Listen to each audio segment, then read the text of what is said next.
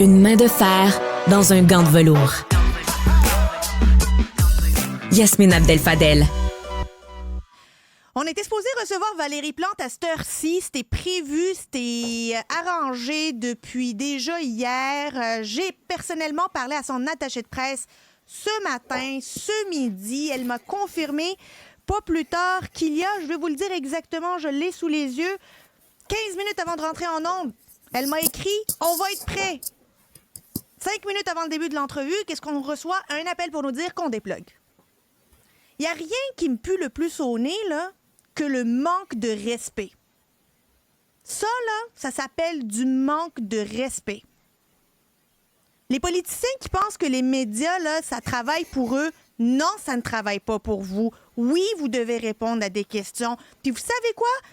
La moindre des choses, c'est de se faire respecter. Les politiciens qui demandent du respect, qui demandent de la considération, mais qui traitent les autres à travers leur équipe comme des moins que rien et qui débloquent des entrevues qui sont prévues à l'avance, sans tambour ni trompette, avec aucune justificatif, comme si on nous faisait une faveur que Valérie Plante vienne s'expliquer sur les choix qu'elle mène dans cette ville. Ça s'appelle de l'arrogance.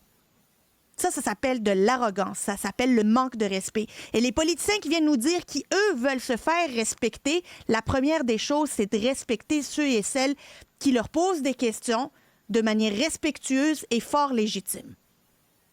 Puis vous savez quoi? Qu'on vienne certainement pas me dire « Ah, ben c'est pas moi, c'est mon cabinet. » Votre cabinet, Madame la mairesse, est à l'image de ce que vous projetez.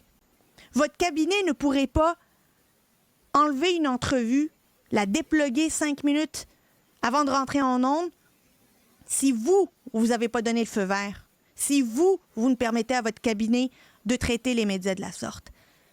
On sait maintenant qu'est-ce que vous pensez de la saleté de Montréal, du parking de Montréal, des déchets de Montréal, de la fin d'avoir des vestiaires pour hommes et femmes au centre sportif Claude Robillard. On sait maintenant tout ça, Madame Plante. On en prend bonne note. Et croyez-moi, c'est pas parce que vous voulez pas venir nous parler que nous, on continuera pas de parler de vous. Maintenant, je vais passer avec quelqu'un qui, lui, a déjà eu cette job-là de dire oui ou non aux médias. Jérémy Guillot, directeur chez TACT et ancien attaché de presse, porte-parole de différents ministres et même de Dominique Anglade. Bonjour Jérémy, on se connaît, je vais quand même pas vous oui, bonjour, voyer, Yasmine. toi non plus. Non, mais on a déjà été dans cette situation-là. C'est ça. Mais dépluguer 5 minutes avant, là, c'est-tu pis-oui? Honnêtement, ça prend une situation d'urgence. Ça prend une catastrophe, quelque chose de fondamentalement grave pour dépluguer une entrevue comme ça à la dernière minute. Et le message que tu envoies, c'est que tu n'es pas prête à répondre aux questions. Exact. C'est ça le message que tu envoies, c'est que tu ne veux pas faire face à la musique. C'est que ou que tu ne considères pas le média dans lequel que tu t'en allais. C'est un des deux. Fait que soit que Mme Plante, à ce moment, le message qu'on dit aux auditeurs de Cube de radio, c'est que c'est pas, on veut pas vous parler, on comprend que vous êtes contre nous et c'est tout. Ou le message qu'on envoie, c'est qu'on n'était pas prêt à faire cette entrevue-là. Moi, j'ai été attachée de presse, je l'avais déjà fait cette job-là, puis j'ai déjà eu dire non à des entrevues, puis oui à d'autres. Mais il y a cette arrogance-là que certains pensent que nous ramener, tu sais, ils appellent ça ma mairesse, mon ministre, nous ramener ou faire ce lien-là qui est finalement leur job. C'est comme s'ils nous accordaient des privilèges. Peux-tu nous rappeler c'est quoi aussi le rôle des politiciens dans la réponse des questions aux citoyens à travers les médias?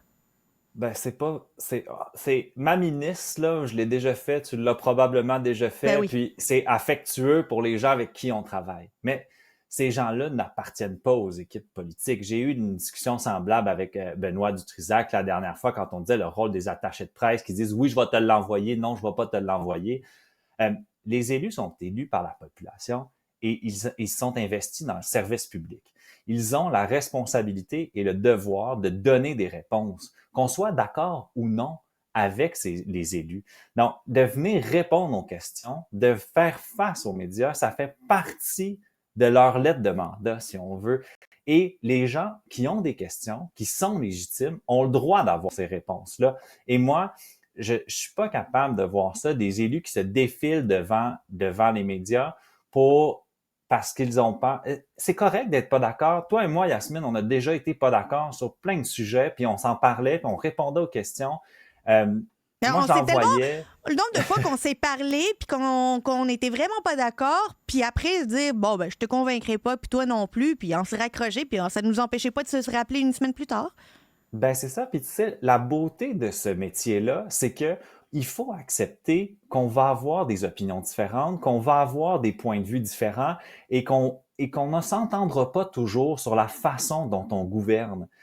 Ce qui fait les bons politiciens, c'est ceux et celles qui sont toujours capables de se présenter, peu importe, beau temps, mauvais temps, quand c'est une bonne annonce, une moins bonne annonce. Et tu parlais dans le début d'entrevue de bâtir le respect et la Ben crédibilité, oui. de mériter ce respect-là et cette crédibilité-là.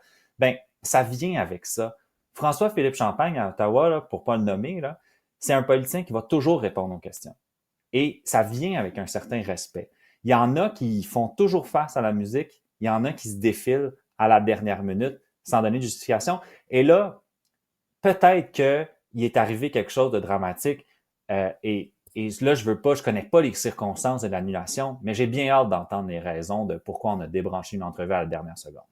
Moi aussi, j'ai hâte de les entendre. Honnêtement, je suis un peu.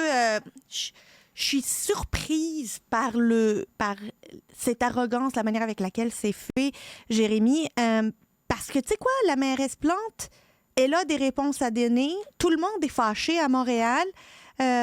Tout le monde a besoin qu'on lui réponde, qu'on dise quelle est la vision de la mairesse de Montréal sur l'état actuel des choses. C'est fait, puis j'ai discuté, moi, personnellement, ce matin, à 7h40, avec son attaché de presse. Mais rien à faire. Elle me dit oui.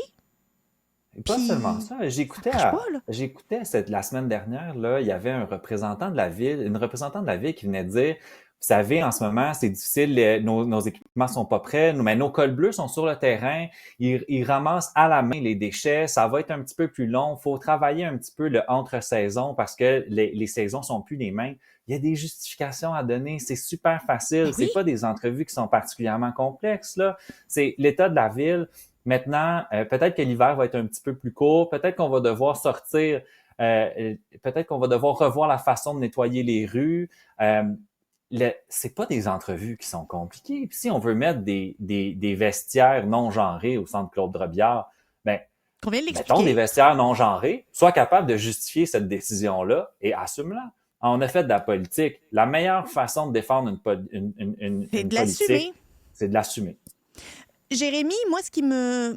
Au-delà de ne pas vouloir répondre aux questions, puis ça, à la limite, c'est un choix de stratégie douteux, mais toujours est-il que c'est un choix de stratégie. Confirmer une entrevue la veille, le matin, le midi, 15 minutes avant, pour la dépluguer 5 minutes avant. Qu'est-ce que ça dit? Je reviens avec la possibilité qu'il y ait eu une urgence. Toi, tu peux pas croire. Non, mais j'ai de la misère à croire cette situation-là parce que ni toi ni moi, on n'aurait procédé Oh my God, non. cette façon-là. J'aurais plus de job à aujourd'hui.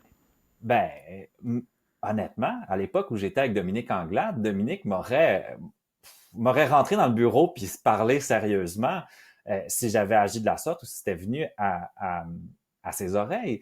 Donc, quand tu disais l'équipe est à l'image des politiciens, des politiciennes avec qui elle travaille, c'est vrai aussi. Donc, c'est pour ça que il y a un côté de moi qui veut espérer qu'il y a eu une situation d'urgence qui fait en sorte que Mme Plante n'a pas pu se présenter aujourd'hui devant toi. Mais puis si tu fais ça, écoute, là, on va faire quoi? Ça va faire 6-7 minutes qu'on parle des conséquences de ne pas se présenter dans une entrevue, à la place d'entendre parler des plans de Mme Plante pour cet été, comment elle va s'ajuster à la situation à venir, alors que l'année prochaine, elle est en pleine élection.